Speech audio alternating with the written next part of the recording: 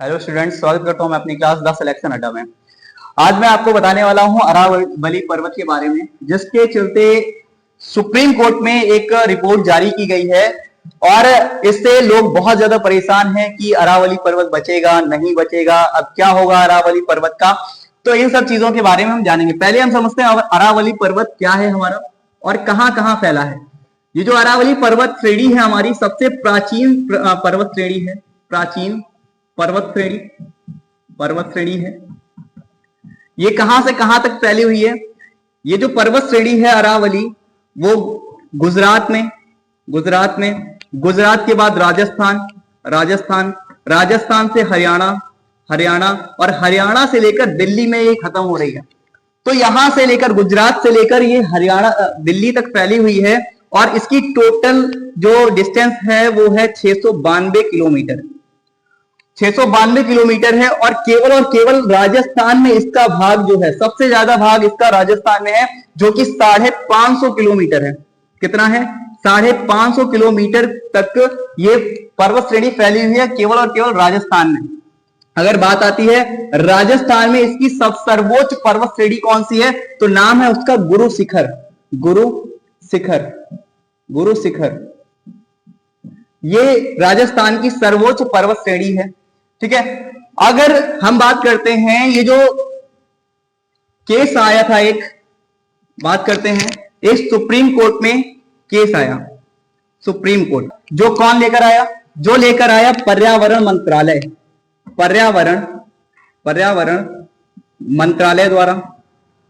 मंत्रालय द्वारा केस आया। रिपोर्ट आई और इस रिपोर्ट में क्या था? इस रिपोर्ट का नाम क्या था? पहली बात आती है टीएन गोदावर्मन। ठीक है। तो इस रिपोर्ट को सुप्रीम कोर्ट ने क्या किया?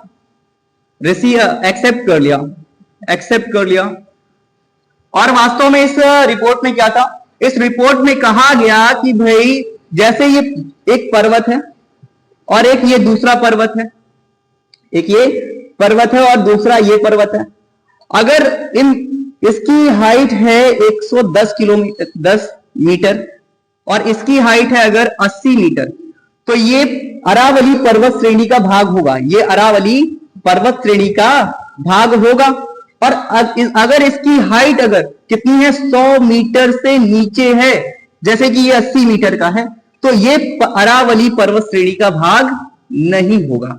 और आपको पता है अगर जो चीजें सरकार के अंडर पे होती है उसमें नुकसान कम होता है, लेकिन सरकार ने जैसे ही अपने ऊपर से हाथ हटा लिया, अपना हाथ इनके ऊपर से हटा लिया, तो यहां पर इलीगल माइनिंग होगी और इलीगल माइनिंग होगी तो ये पर्वत श्रेणियां खत्म कर दी जाएंगी। और खत्म कर दी गई तो हमारे लिए बहुत ज्यादा नुकसान हो जाएगा इससे, और इससे अगर हमें नुकसान हुआ तो फिर हमें ही झेलना पड़ेगा। ठीक है। दूसरी बात ये थी कि अगर एक पर्वत श्रेणी ये रही और एक पर्वत श्रेणी ये रही, अगर इनके बीच की डिस्टेंस 500 मीटर से ज्यादा है, 500 मीटर से अगर ज्यादा है, तो ये भी अरावली पर्वत श्रेणी का भाग नहीं होंगे। ठीक है। तो जैसे कि सरकार, आप हेलमेट लगाकर रोड पे निकलते हो, क्यों निकलते हो? क्योंकि अगर हेलमेट लगाकर रोड में नहीं निकलोगे तो आपका चालान कट जाएगा। उसी तरह से यहां पर भी ऐसा ही था। ये सरकार के अंडर पे आ रही थी, लेकिन अब सरकार कह रहा है भैया हम अरावली पर्वत को इन 2 कंडीशनों पर अलग कर देंगे कि भाई अगर जिसकी हाइट 100 मीटर से ज्यादा है वो अरावली पर्वत का भाग होगा, जिसकी हाइट 100 से कम है वो नहीं होगा। जिनके बीच की डिस्टेंस 500 मीटर से ज्यादा है वो अरावली पर्वत का भाग नहीं होगा। तो ऐसे कैसे काम चलेगा? तो लोग क्या करेंगे, इसमें विस्फोट वगैरह इलीगल माइनिंग करना शुरू कर देंगे। ठीक है। इसमें से हमें नुकसान क्या क्या होगा?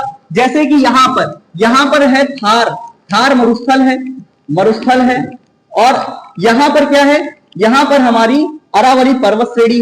ठीक है।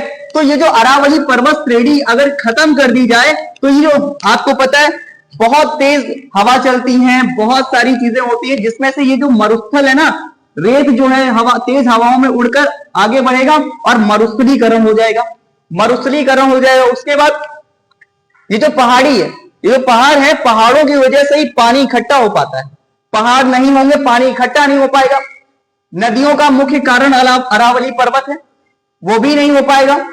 तो बहुत सारी नदियों का कारण भी अरावली पर्वत है, तो पानी की कमी हो जाएगी। और आपको पता है हमारी जो खेती है, खेती का मुख्य स्रोत जो है वो जल है, और जल कम हुआ खेती कम होगी, खेती कम होगी तो अन्न में कमी आएगी, अन्न में कमी आएगी तो यहां पर भुखमरी हो जाएगी। तो आप समझ सकते हो कि इसके ऊपर से अगर सरकार का हाथ उड़ गया तो क्या होगा अरावली पर्वत के साथ में। तो इसलिए हमें मिलकर इसको बचाने का अभियान जारी करना है और मिलकर इसके लिए काम करना है। तो आज के लिए इतना ही। आपका मेरा मोटो था आपको अरावली पर्वत से रूबरू कराना। ठीक है, तो वीडियो अच्छा लगा हो तो हमारे वीडियो को लाइक और सब्सक्राइब जरूर करें।